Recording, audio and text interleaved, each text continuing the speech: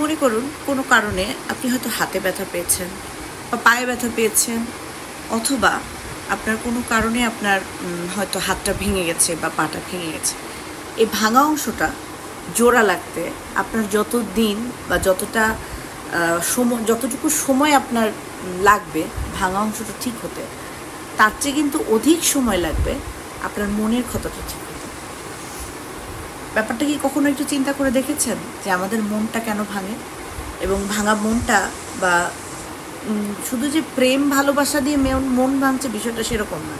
আপনাদের খুব কাছের কোনো রিলেটিভ, খুব কাছের কোনো আত্মীয় বা খুব অন্য ধরনের কোনো বিশেষ কোনো কারণে কোনো মানুষের কাছ থেকে কোনো অপমান, এই জিনিসগুলোও যখন মনে খুব ক্ষত তৈরি করে, এই ক্ষতগুলো সারতেও কিন্তু অনেকটা সময় লেগে যায়। এবং কাউকে আর যাই করেন আর না করেন, কখনো মনে ক্ষত দেবেন না। শরীরের ক্ষত শুকাতে সময়টা কম লাগে তুলনামূলক, মনের ক্ষত কিন্তু কখনো শুকায় না।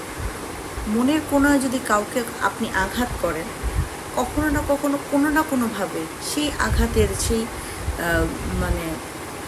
সেই মনের ভেতরে যে একটা আত্ম অনাতৃপ্তি আছে, সেই আত্ম অনাতৃপ্তির যে অভিশাপ, এই অভিশপ্তের ক্রন্দনে আপনি কিন্তু ধ্বংস হয়ে যাবেন।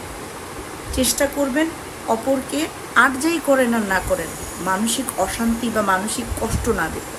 তাহলে দেখবেন আপনি আপনার ব্যক্তিগত জীবনে অনেক ভালো থাকবেন, খুব ভালো থাকবেন। আর আমার জন্য দোয়া করবেন, আমি যাতে আপনাদের জন্য সুন্দর সুন্দর ভিডিও তৈরি করতে পারি। খুব ভালো থাকবেন।